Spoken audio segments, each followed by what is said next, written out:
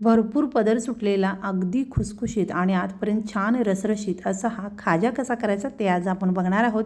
यासाठी इथे मी अर्धा किलो मैदा घेतलेला आहे। 1 वाटी मैदा जास्तीचा घेतलेला आहे, हा बाजूला ठेवायचा। घेतलेल्या मैद्यामध्ये चिमूटभर मीठ आणि अर्धी वाटी तेल घातलेलं आहे। मैद्याला व्यवस्थित चोळून घ्यायचं। या मैद्याचा मुटका झाला पाहिजे, म्हणजे मोहन आपलं व्यवस्थित पडलेलं आहे। आता थोडं थोडं पाणी टाकून याचा अगदी सॉफ्ट असा गोळा मळायचा।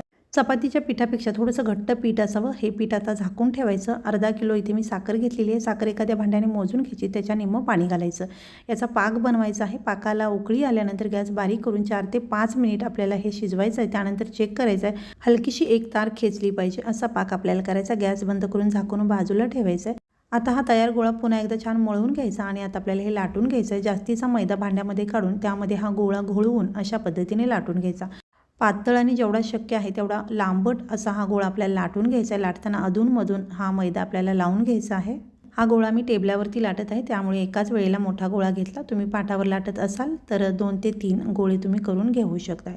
तर ही पारी अगदी पातळ अशी मी लाटून घेतलेली आहे। दोन्ही बाजूनी किंवा सगळ्या बाजूने आपल्याला व्यवस्थित एकसारखी अशी ही पारी लाटून घ्यायची आहे। आता वाटीमध्ये थोडंसं पाणी घेतलेलं आहे। सुरुवातीचं जे टोक आहे त्याला थोडंसं पाणी लावून दुमडून घ्यायचं आहे आणि त्यानंतर मैदा टाकून व्यवस्थित पसरवून घ्यायचं आणि या पारीचा आपल्याला असा रोल करून घ्यायचा आहे। या पद्धतीने मैदा टाकल्यामुळे याचे सगळे पदर मोकळे होतात। शेवटच्या टोकाला सुद्धा पाणी लावून घ्यायचं आहे आणि हा रोल व्यवस्थित दुमडून घ्यायचा आहे। मैद्याच्या हाताने थोडासा दाबून घ्यायचा आणि थोडंसं चपटा करून घ्यायचा आणि त्यानंतर याचे आपल्याला काप करायचे आहेत। काप 1 बोटाच्या अंतराने करायचे आहेत।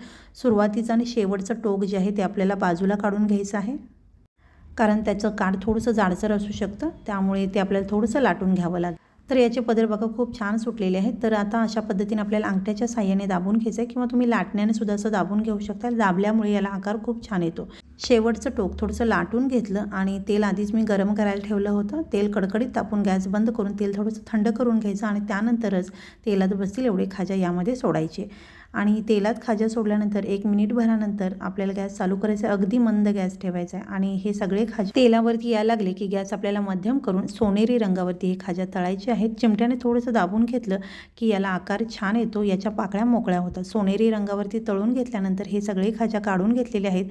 आता पाकामध्ये घालायचं आहे। पाकामध्ये घालताना पाक कोमट असावा। पाक थंड झाला असेल तर हलकासा गरम करून मगच खाजा यामध्ये घालायचा, म्हणजे पाक आतपर्यंत छान मुरतो।